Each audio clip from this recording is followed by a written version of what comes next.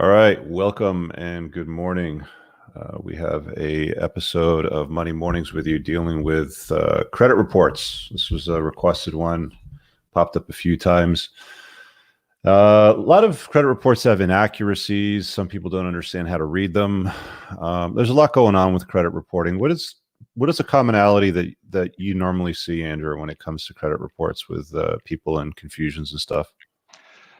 Well, first, good morning, Richard, and good morning to all of our viewers. So the most common issue with credit reports are errors. Creditors reporting inaccuracies to the credit report, and individuals not knowing how to distinguish between those errors, how to correct those errors, what the processes are involved to correct those errors. So today's show, we're going to have a look at an example of a credit report with a very common error that I've been seeing over the last year or two. And so I can run down the report and show section by section what the report is and where the errors lie and how to correct those errors. All right, I'm going to throw this up on the screen.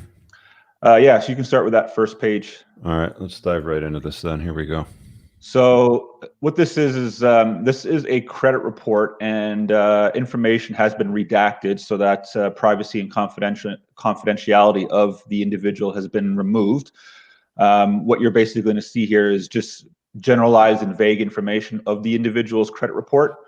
And so first we'll start with the first page. So this is a credit report provided by creditkarma.ca.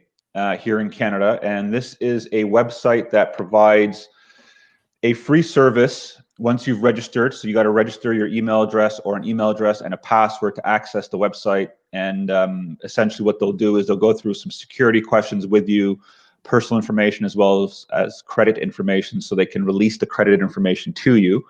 And again, this is a free service.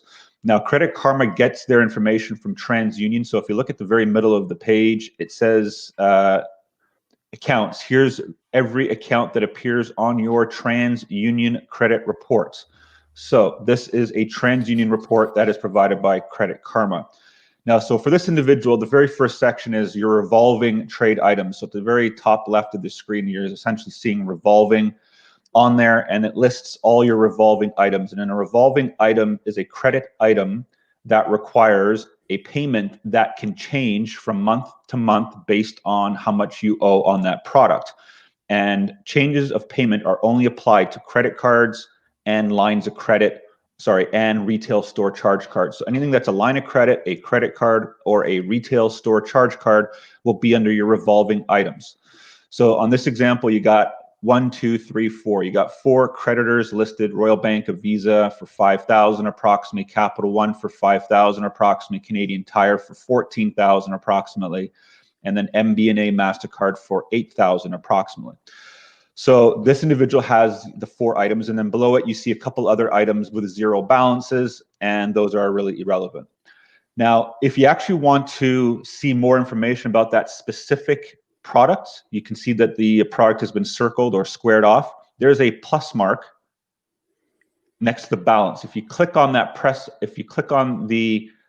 plus mark while you're accessing the website, it expands and you can see a whole bunch of information about that product: when the account was opened, when your last payment was made, certain individual terms such as your payment arrangements, if it's a co-signed product with another individual, or if it's an individual product only in your name. So when you click on that plus button, you see more information. Now, if you scroll down to the second page, Richard,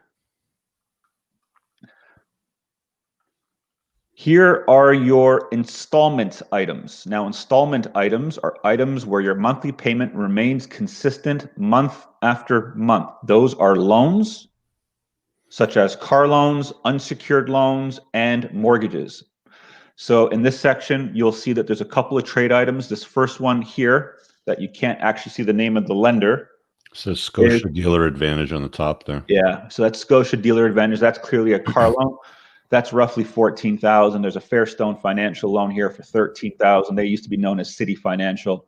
They've changed their name many years ago. And then here's Easy Financial for approximately $9,000. And you see below, there's other products that have 0 balances over the course of time. And now those are irrelevant because they are 0 balances. So if you scroll down further, and there's your open telecommunication provider. In this case, it's a TELUS account for $300.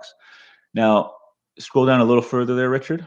It's collections. So here's your collection items trade, where the creditors will report some items that are in collections. And now this section is not always complete, but some creditors will use it and will report items in collections. And this is why we want to focus on this credit report, is that there are errors on this credit report. So the first trade item you'll see here, which is partially cut off, is PRA Group Canada. And they have reported a $93.99 balance owed on a product. And then there's one here with a zero balance. And then there's another one below it for commercial credit adjusters with a balance of approximately $8,000. So what I want to do is if you scroll back up to the top, Richard, those two collection products happen to be, well, one of them anyhow, happens to be this product at the very bottom for MBNA MasterCard for $78.79.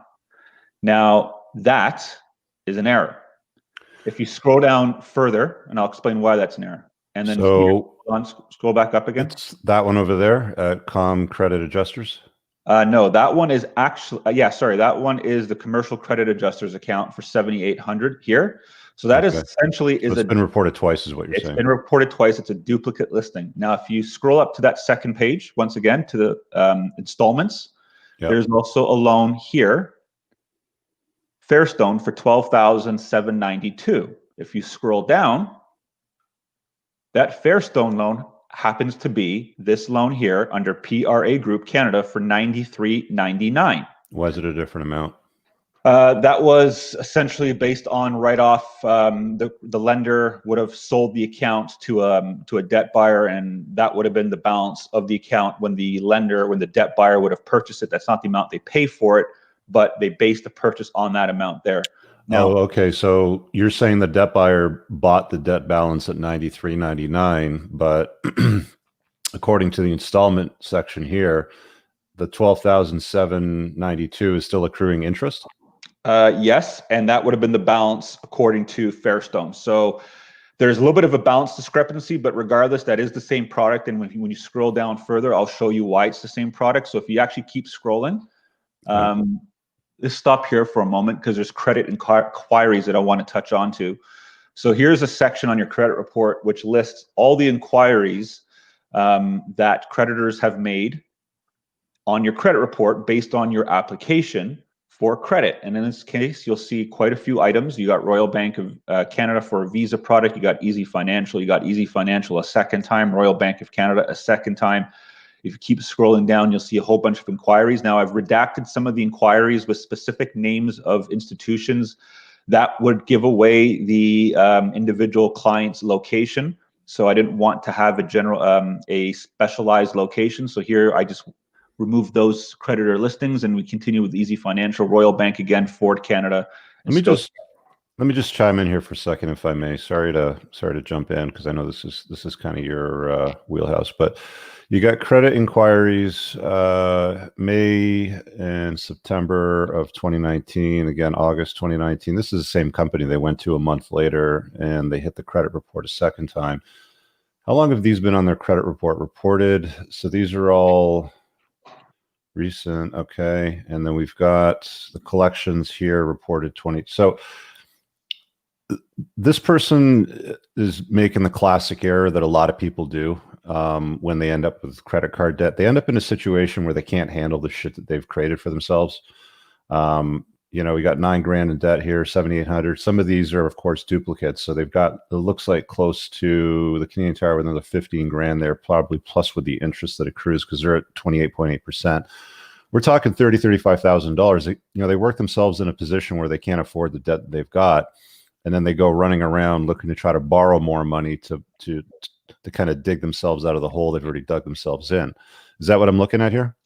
I can't confirm if that was the case, but generalized, yes. If you look at the credit report, you'll see that there's a lot of loan applications, and like iFinance Canada, Easy Financial. Like none of these places lend you money at cheap interest rates. We're talking 35% on average, right?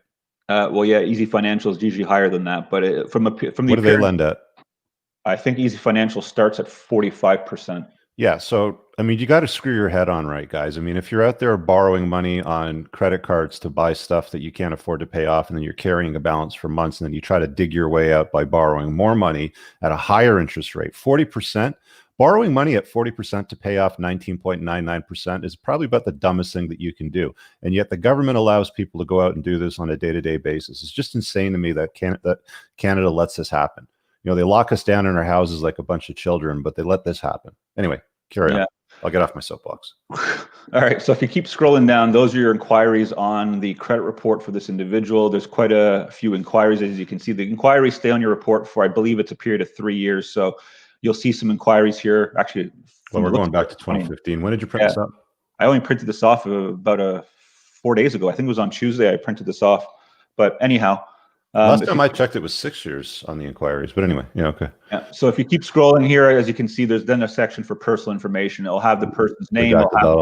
Employment info, their addresses. So I redacted all that information so nobody can see who this is applying to. And then I expanded the boxes. I told you earlier in the show that there's a plus tick box next to the balance, and now it's a negative box. It's a minus box because I've now expanded it. So here's all the information that you can see once you've expanded one of the boxes. So I expanded the PRA Group Canada box. And as you can see here, agency name, PRA Group Canada. I put some lines next to it. The account was opened with their office in September of 2020. So they bought the account sometime just prior to September 2020, and they listed it to the credit report in September of 2020. It says the current balance is $93.99, which collaborates the squared off section at the top of the page where the balance says $93.99.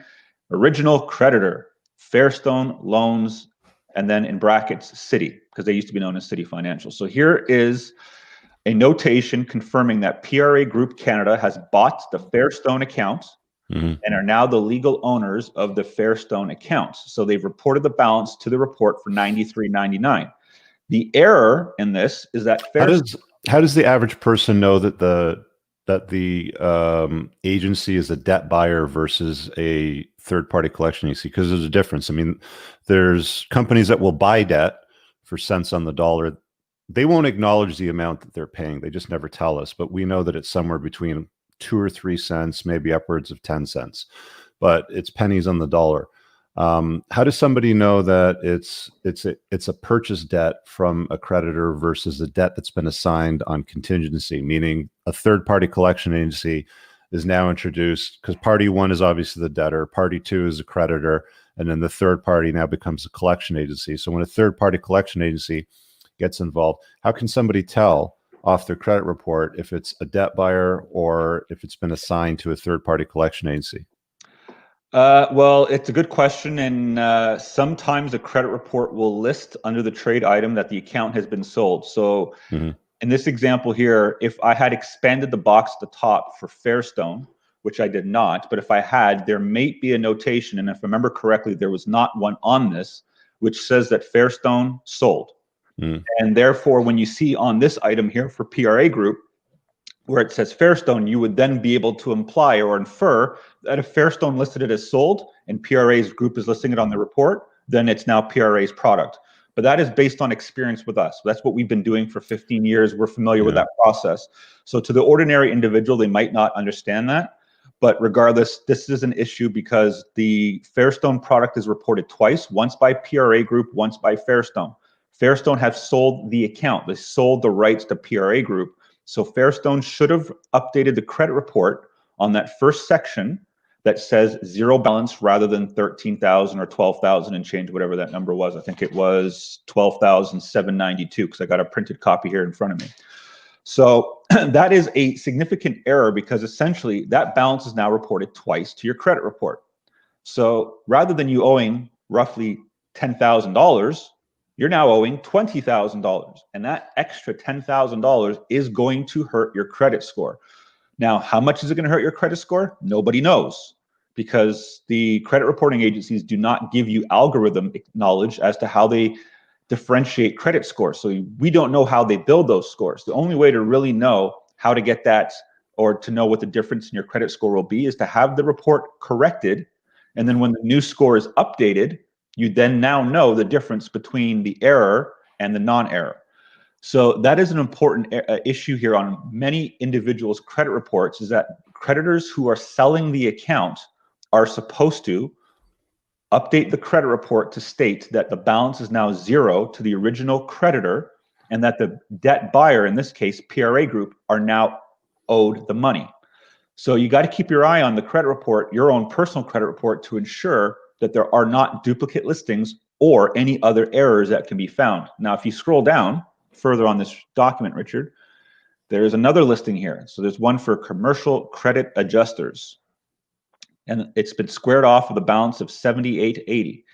That is a second duplicate listing on the credit report. That listing there is the same listing as on the first page to MBNA MasterCard, which was an identical balance of 78.79. So the difference is $1 on these two items. Once you expand it, the agency name is Commercial Credit Adjusters, and the account was opened, from what I can see here, it's a little small, but it says June 23, 2020, so about 4 or 5 months ago. And if you keep scrolling down, Richard, right there, the original creditor. So this now says Caniseed Credit LP. So this is where experience comes into play. MBNA Canada has sold the account to Caniseed Credit LP. Caniseed Credit LP has assigned the account on contingency, meaning to the collection agency to collect on their behalf, to Commercial Credit Adjusters. So now there are 3 companies' names on here rather than just 2. You got the original creditor, MBNA Canada, you get the debt buyer, Caniseed Credit LP, and you got the collection agency to where it's assigned to, Commercial Credit Adjusters. But the fact remains is there is a secondary balance owed to MBNA on the credit report for $8,000. So now there's 2 listings of $8,000 on this client's credit report that should not be there. The listing to MBNA should be reported to 0 because MBNA sold the account to Caniseed Credit LP. So that is a significant issue with this individual's credit report, where there's 2 duplicate listings of about $18,000 collective that will be hindering the credit score. May I ask you a question? Go ahead. So this is a customer, obviously, right? Yes, it is. Okay, so this person comes on board. There's some errors on the credit report. They got a bunch of debt. In some cases, it's duplicate listed. You may even find it triple listed if it's the original debt buyer, or sorry, the original debt. Then it's bought by a debt buyer. Then it's assigned to a collection agency. How does the program that you administer with settling the debt affect the credit report over time? I don't see the credit score on this. Did you manage to get a score, or does TransUnion not provide one on this credit? They provide one on its separate page, which I did not print off. I believe in this example, it was low 600s. I think it was like a 615 or 620. Yeah. But to answer your question, we're actually going to be doing a show next week on that exact topic, is how settlement has an impact on your credit report and your credit score.